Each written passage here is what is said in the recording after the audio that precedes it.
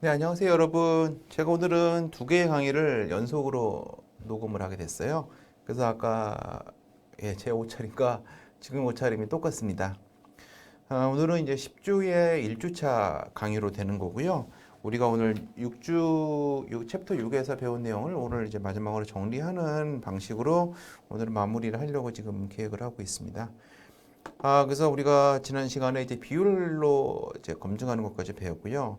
이제 다만 이제 여러분께 말씀드렸다시피 비율은 기본적으로는 같은 내용을 가지고 같은 방식으로 진행이 되지만 오직 이제 두 가지가 차이가 있다고 말씀을 드렸어요. 즉 첫 번째는 비율 같은 경우는 첫 번째 G 테이블을 쓴다. 물론 평균 같은 경우에 T를 쓰지만 만약에 N이 120을 넘으면은 G에 수렴되지만 이 파이를 쓰는 비율 같은 경우는 기본적으로 G 테이블을 쓴다. 요거를 여러분들이 먼저 감안을 해주시면 좋을 것 같고요. 두 번째는 뭐냐면은 스탠다드 에러를 구할 때 가설 검증에서는 스탠다드 에러를 영가설 값을 사용한다는 것.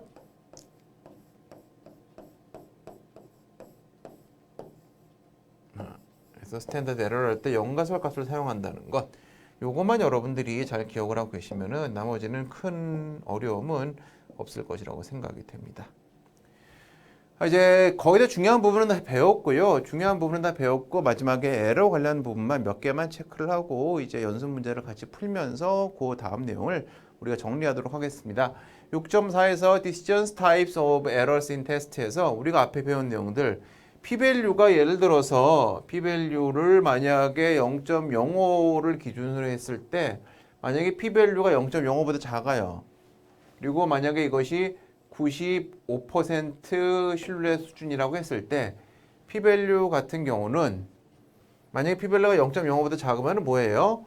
우리가 본 표본 통계치보다 같거나 큰 값이 발견될 확률이 5% 미만이라는 거죠. 즉 영가설이 참이라고 가정했을 때 표본 통계치보다 같거나 큰 값이 발견될 확률이 5% 미만이기 때문에 그 얘기는 뭐냐면은 대립가설이 채택되고 영가설이 기각된다는 거죠. 즉 영가설이 기각된다는 말은 다른 말이 뭐냐면은 영가설에서 제시된 값이 참이라고 그린 샘플링 디스트리뷰션에 이 표본 평균이 혹은 표본 비율이 포함되지 않는다 그 얘기예요. 제가 한 수십 번을 강조했지만 이런 경우에 영가설에서 제시된 값은 우리가 가상으로 경험적으로 내지는 이론적으로 제시된 값인 거죠. 이게 우리가 참으로 가지고 있는 값은 아니에요. 우리가 참으로 가지고 있는 값은 y바 혹은 파이 햇인 거죠. 그러니까 이걸 기준으로 했을 때 실질적으로 영가설 값 뮤나 파이를 기준으로 그린 샘플링 디스트리뷰션보다 저게 너무나도 저 값들이 떨어져 있다는 얘기죠. 실제로 우리가 가지고 있는 건 이거기 때문에 그 얘기는 이거를 기준으로 해서 그린 값이 맞다고 할 수가 없는 거예요. 그러니까 리젝을 하는 거죠. 근데 이 p-value가 0.05보다 커요. 그 얘기는 다르게 표현하면은 영가설 값이 참이라고 그린 샘플링 디스트리뷰션에서 우리의 표본 평균이나 표본 비율보다 같거나 큰 값이 발견될 확률이 5% 이상이라는 거죠. 즉 다르게 표현하면은 영가설에서 제시된 값이 참이라고 가정했을 때 그 표본 평균이나 표본 비율이 결코 그렇게 되게 많이 이상한 값이 아니란 얘기예요. 전반적으로 보았을 때 그러니까 영가설 값을 기준으로 했을 때 그린 95% 안에 들어와 있다는 얘기죠. 들어와 있으면은 그렇게 이상하다고 말할 수가 없는 거죠. 다르게 표현하면 이상하다고 말을 할 수 없다는 거는 좀 이제 거칠게 표현한 거고 정확히 말하면은 영가설 값이 틀렸다고 말할 수는 없는 거예요. 그렇기 때문에 HA는 do not accept. 다르게 표현하면은 뭐 reject라는 얘기고요. HG로는 do not reject죠. 기각할 수 없는 거죠. 물론 우리가 때에 따라서는 이걸 그냥 단순하게 얘를 accept, 얘를 reject라고 쓰는 경우도 있어요. 뭐 이거 틀릴 거고 말할 수는 없지만 엄밀한 의미는 이거라는 것을 우리가 알고는 있어야 된다는 거죠. 즉 p-밸류가 0.05보다 컸을 때, 즉 95% 기준에서 0.05보다 컸을 때 HA는 do not accept, 다르게 표현하면 reject. H0는 do not reject 거죠. 그리고 우리가 여기서 95% 신뢰 수준이라고 얘기했을 때 신뢰 수준을 이야기하는 다른 표현은 영어로는 이제 알파 레벨이라고 표현해요. 즉 significance 레벨인데 95% 신뢰 주수는 알파 레벨로 표현을 하고요. 알파 레벨은 significance 레벨의 다른 표현이다라고 생각하시면 여러분들이 큰 무리가 없을 것 같아요.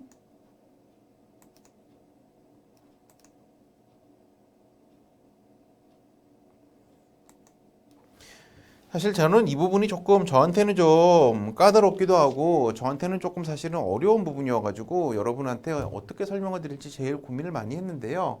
실질적으로 여러분들이 학부생으로서 이 통계학에서 이 에러를 아는 부분에서는 실질적으로 타입 1 에러만 알면은 충분하기 때문에 저는 주로 타입 1 에러만 집중적으로 말씀을 드릴게요. 왜냐하면 타입 2 에러 같은 경우는 현실적으로 여러분들이 이해하기도 어렵고 만에 하나 이해한다고 치더라도 타입 2 에러를 구하는 방법은 굉장히 복잡해요.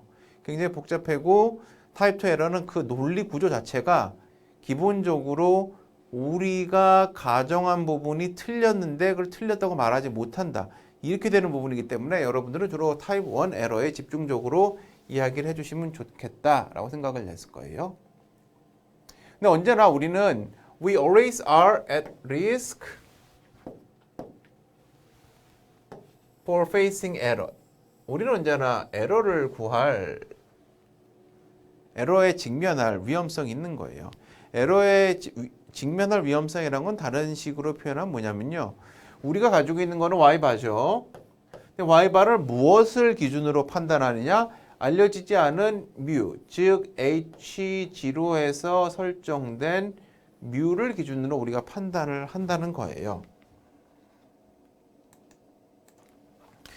자, 타입 1 에러는 어떤 것을 의미하냐면요. 타입 1 에러는 reject H0 when it is true. 타입 2 에러는 do not reject H0 when it is false. 좀 복잡하죠? 그래서 간단하게 제가 그냥 여러분께 개념화를 말씀드리면은 타입 1 에러는 언제나 존재하는 에러예요. 무슨 얘기냐? 우리는 제가 말씀드렸죠. 우리는 가지고 있는 게 이거란 말이죠. 요거는 가지고 있지 않아요. 하지만 가지고 있지 않다는 얘기지 이게 정확히 말하면 이게 틀리다는 얘기도 아니고 맞다는 얘기도 아니고 틀릴 수도 있고 맞을 수도 있는데 우리가 거기에 대한 충분한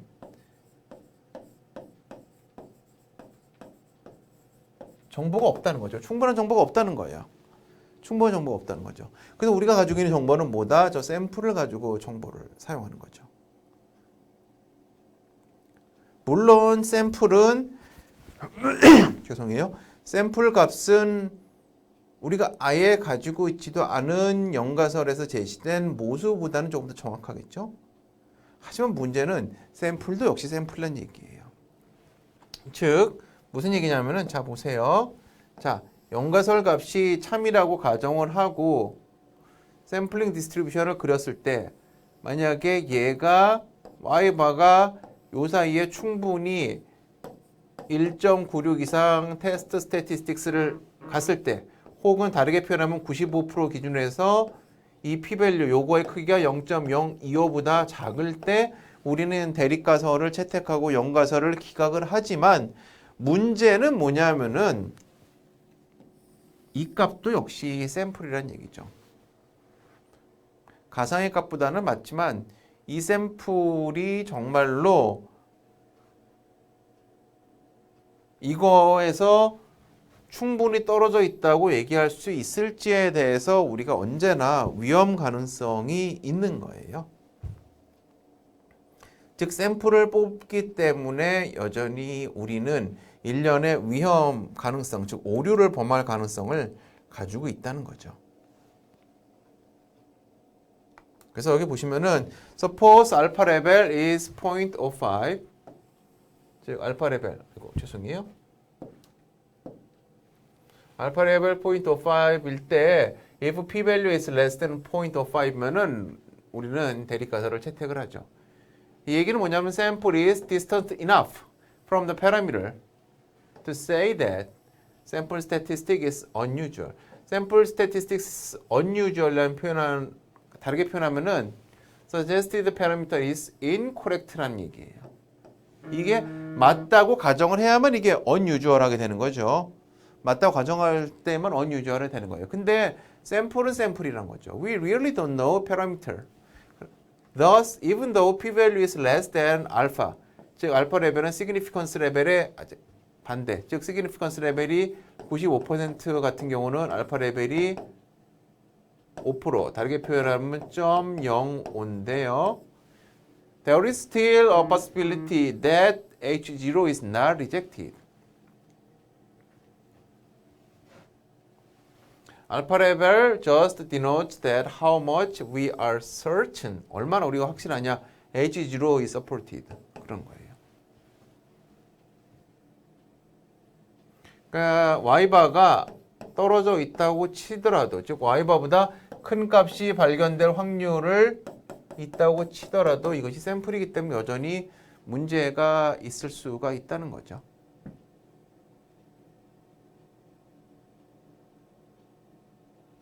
그래서 타입 1 에러라고 했다는 것은 다르게 표현하면은 이 알파 레벨과 동일한 것. 즉 만약에 알파 레벨 우리가 95%를 확신한다고 하면은 95%를 확신한다고 하면은 사실은 5%의 가능성은 있는 거거든요. 무슨 얘기냐면은 만약에 뭐죠? 자, 알려지지 않은 연가설 모수값을 기준해서 샘플링 디스트리뷰션을 그렸는데 Y바의 값에 따라서 이걸 결정하지만 여전히 샘플링 디스트리뷰션이 맞다고 가정했을 때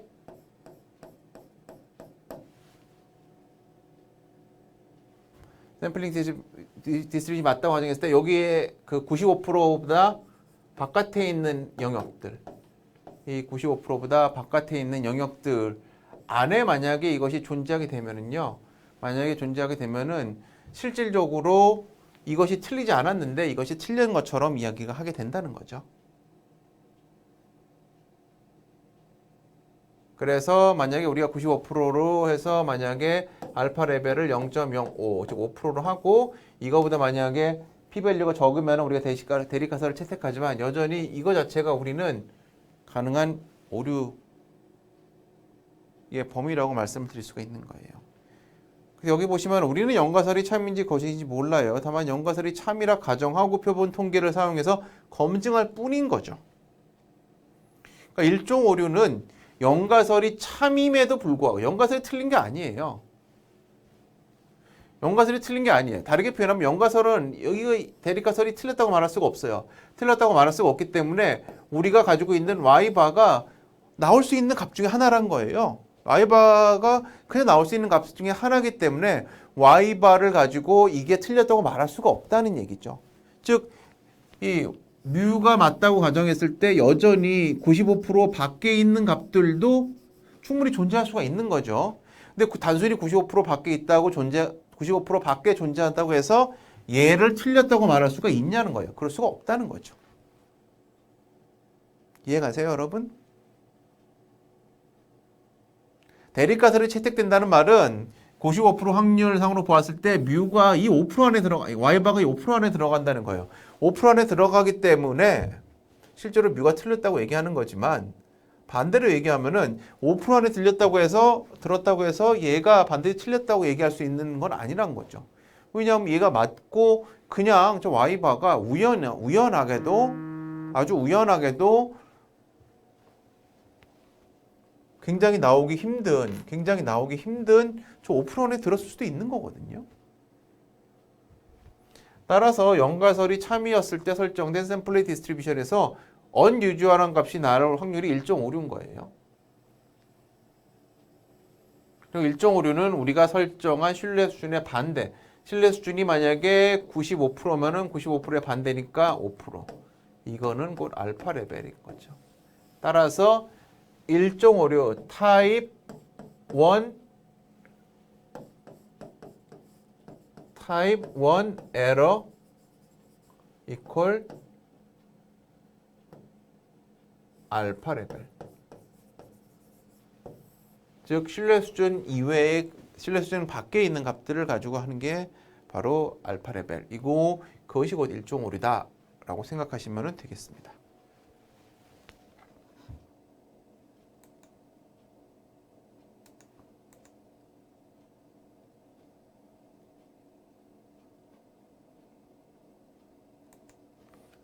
So if we took large alpha score, 만약에 알파 스코어를 너무 크게 잡아요. 즉 알파 스코어를 너무 크게 잡으면 어떤 문제가 생기죠? 우리는 대립가설을 너무 쉽게 기각하게 되는 거죠. 반대로 알파 스코어를 너무나도 작게 잡아요. 너무나도 작게 잡으면은 알파 스코어를 너무나도 작게 잡아요. 그러면은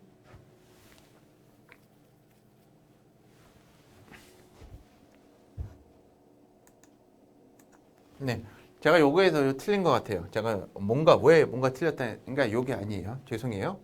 네. 제 실수입니다. 죄송해요. 제가 요걸 체크했어야 했는데 만약에 우리가 too large alpha score 하면은 what happens 하면은 우리가 H1 대립가선을 너무 쉽게 채택해 버려요. 즉 p-value가 만약에 한 0.17쯤 돼도 채택, 0.20쯤 돼도 채택인 거죠. 그러니까 만약에 알파 스코어를 너무 크게 잡으면은 대립가설을 너무 쉽게 채택하고 연가설이 너무 쉽게 기각이 되는 문제가 있고요. 반대로 too small alpha score 굉장히 작게 하면 예를 들어서 0.00000도 이러면은 우리는 almost reject every H1을 하게 되는 거죠.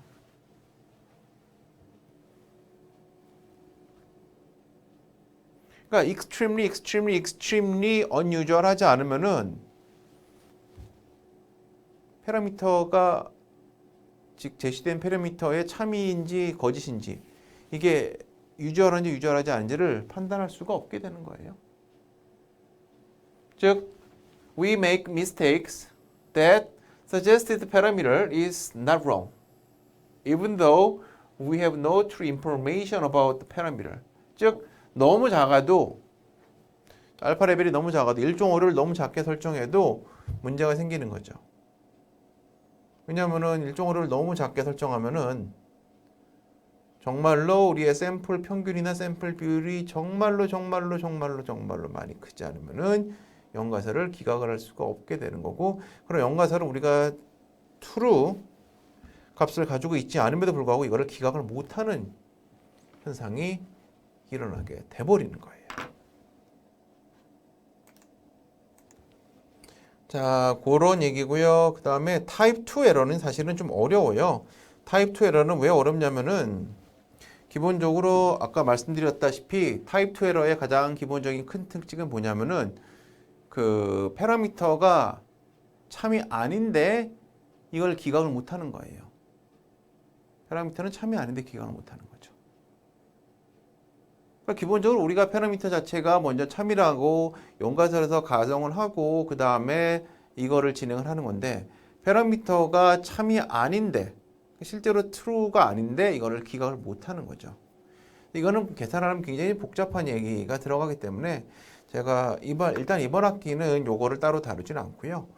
실질적으로 이 타입 2 에러를 계산하는 것은 큰 의미도 없고 여러분들이 지금 더 중요한 부분을 이해하는데 크게 큰 문제가 없기 때문에 제가 이 부분은 그냥 스킵을 하고 요 다음 얘기를 하도록 하겠습니다.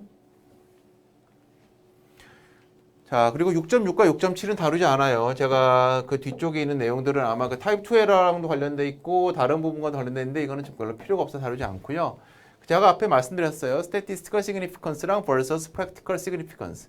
즉 statistical significance가 높다는 것이 언제나 필요한 내용이다. 언제나 중요한 내용이다 있다는 거 의미가 하는 건 아니에요. 즉 statistical significance는 연가설이 참이라는 것을 가정했을 때 얼마나 표본 비율이나 표본 평균이 언유주하는 정도를 보여줄 뿐이지 기본적으로 이것이 정말로 중요하다, 중요하지 않다 이런 것을 의미하는 것은 아니기 때문이죠. 그래서 we need to check effect size 정말로 어느 정도 차이가 있는지 실질적으로 우리가 관찰한 값에 대해서 우리가 차이를 봐야 된다는 거예요. 자 보세요. 자 아까 한 경우에 0.51이에요. 만약에 0.51인데 0.5보다 다른지를 보고 싶어요. 0.51보다 다른 걸 보고 싶어요. 즉 어떤 세금 올리자고 얘기하는 사람들이 평균이 0.51이에요. 근데 만약에 0.51인데 아까 통계적으로 유의미하지가 않았죠. 하지만 어떻게 하면 이게 통계적으로 유의미할 수 있을까요? 만약에 n을 5만 정도로 늘리면 통계적으로 유의미할 가능성이 높죠.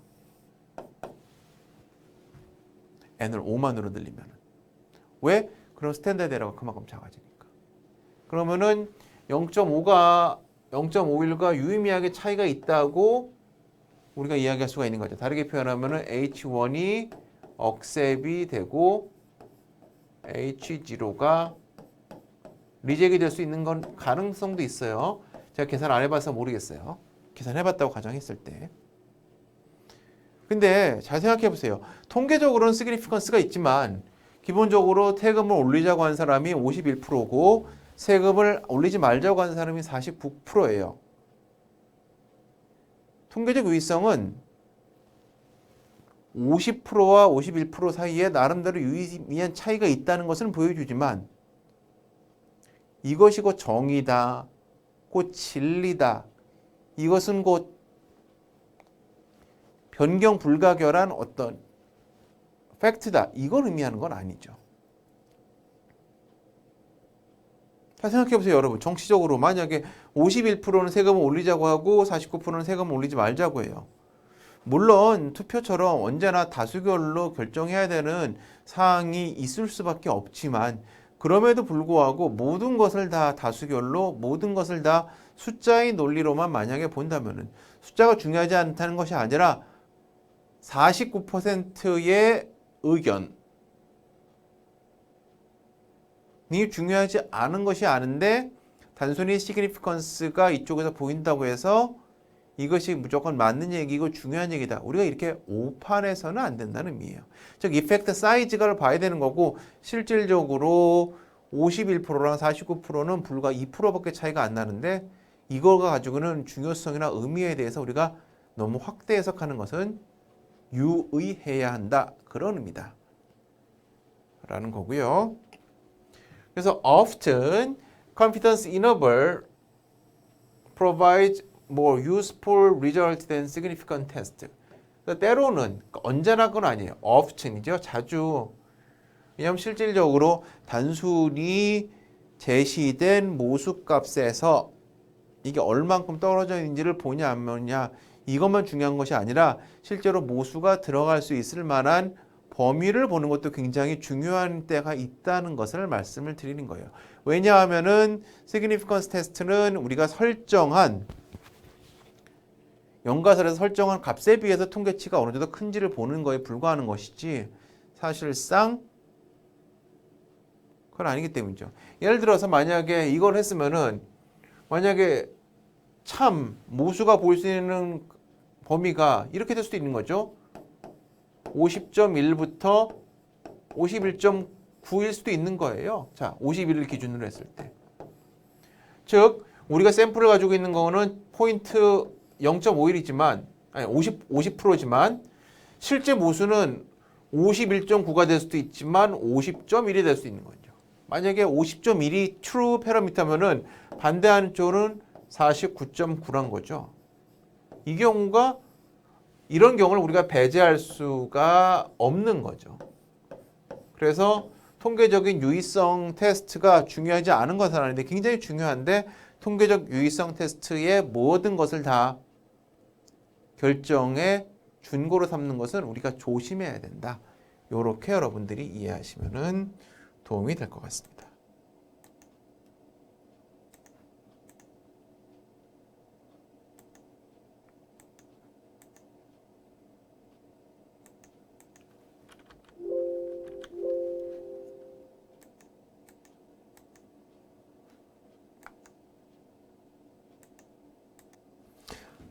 자, 그러면은 아까 했던 거를 이어서 지금 이제 조금 문제를 조금 몇 가지를 우리가 한번 보고 같이 한번 풀어보도록 할게요. 같이 보실까요?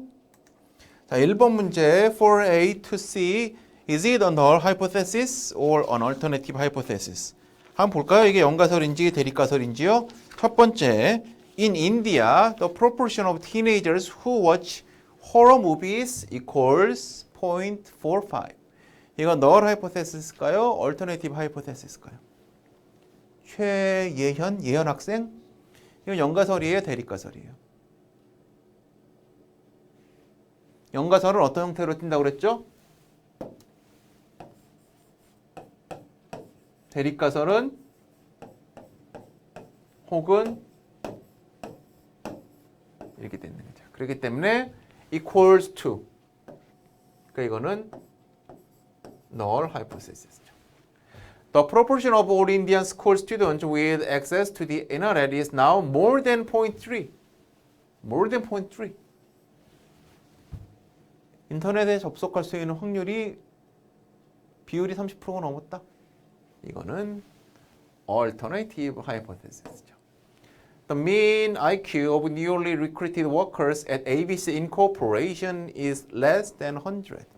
이것도 역시 less than이니까 alternative죠.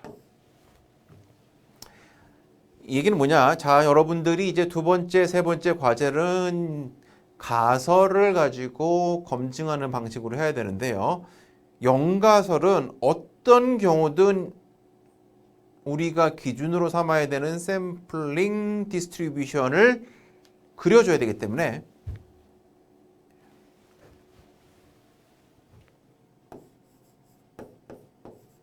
혹은 이런 식으로 뭐뭐와 같다는 걸 해야 돼요. 왜냐하면은 그래야만 이게를 기준으로 해서 그래야만 요거를 기준으로 해서 우리가 뭘 그릴 수 있냐? 샘플링 디스트리뷰션을 그릴 수 있기 때문에 그렇죠. 그래야만 샘플링 디스트리뷰션을 그릴 수 있기 때문에 그러한 겁니다. 요거 반드시 알아두세요. 요거 가설 잘못 설정하면 나중에 크게 감점 들어갑니다. 두 번째. 자, for a test of H0, mu is equal to 0 against mu is not equal to 0. 그럼 이게 연가설, 이게 대립가설이죠. Find the p-value and interpret it. 그럼 어떻게 될까요? t-statistics는 여기에서 0. 아이고.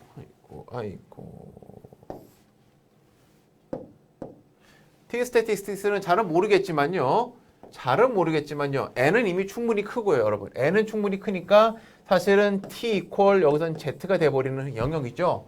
t-statistics는 0.92예요. 잘은 모르겠지만 여기 뮤가 있고 여기 y바가 있는데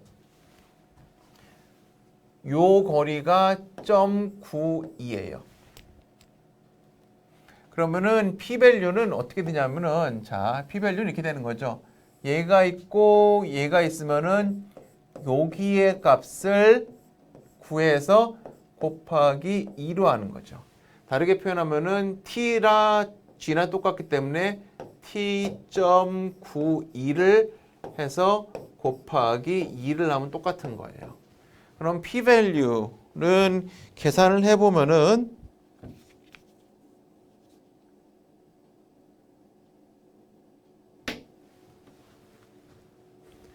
요게 하나가 약 0.1 약 0.178 정도 돼요. 그래서 요걸 두 개 곱하면은 0.356 정도 되는 것 같아요. 실제로 제가 계산 안 해봐서 그런데 이게 1.9쯤 되나 봐요. 357쯤 되는 것 같아요. 357. 그래서 p-value는 0.358쯤 되는 거고요. 이 얘기는 뭐냐면은 통계치보다 같거나 큰 값이 발견될 확률이 0.358, 35.8% 정도가 된다라고 이렇게 생각하시면 좋을 것 같아요. 다음에 2번 문제. Suppose tx equal to 마이너스 3.60. 두 번째는 자 그려봤어요. 근데 그려봤는데 여기가 뮤가 있다 그러는데 t가 이쪽이죠. 마이너스니까요. 마이너스 3.60이요. 자, G로 봤을 때 이건 엄청나게 큰 값이죠. 제가 계산 안 해봤지만 적어도 여기에 요 값은 아마도 0.00001쯤 되지 않을까? 뭐 아니 0.0001 수도 있고요. 하여튼 굉장히 작아요. 왜냐하면 여러분 기억나시죠? 플러스 마이너스 3 스탠다드 디비에이션 안에 얼머스트 99% 이상이 다 들어가 있었기 때문에 굉장히 작은 거예요. Find the p-value. p-value는 아까와 똑같은 방식으로 계산을 해봐요. 계산해보면은 대략 0.0003이라고 나오네요. 즉 그렇게 되면 이건 요 값은 0.00015쯤 되겠네요. 대략.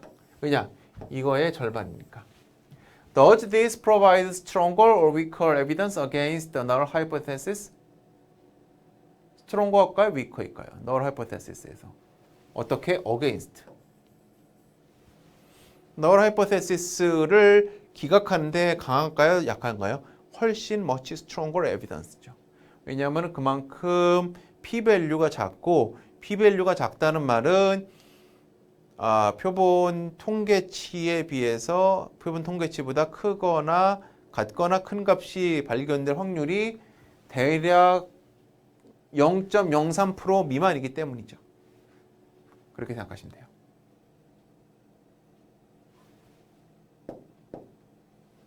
세 번째 문제.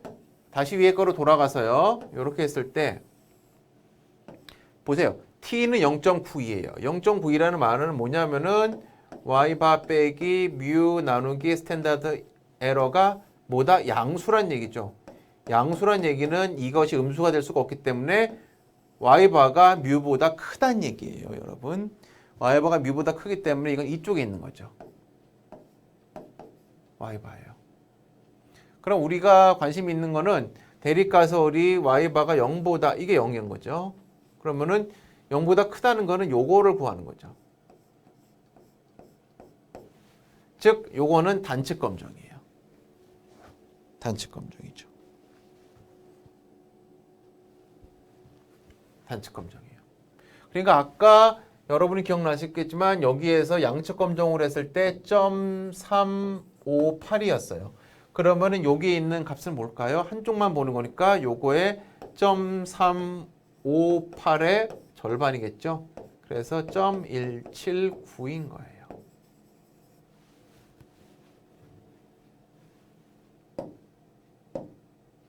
반대로 0보다 작은 값이죠. 아이고, 뭐 이런 색깔이 나오냐? 핫핑크를 쓰려고 했는데 0보다 작은 값이죠. 0보다 작은 값이면은 다르게 표현하면은 똑같은 기준을 했을 때 요거보다 큰 값의 반대예요.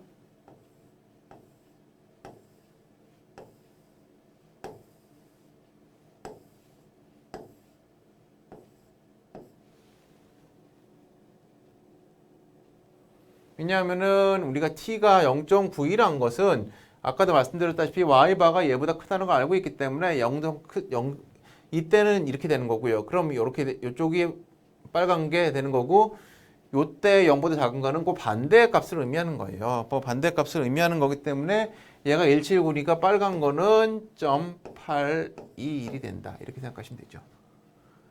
반대로 여러분 만약에 반대로 생각하면요. 자, 이게 만약에 t가 이게 아니고 만약에 마이너스 0.9예요.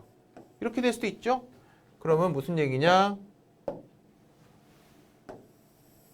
이게 0이라고 했을 때 여기 있다는 얘기죠.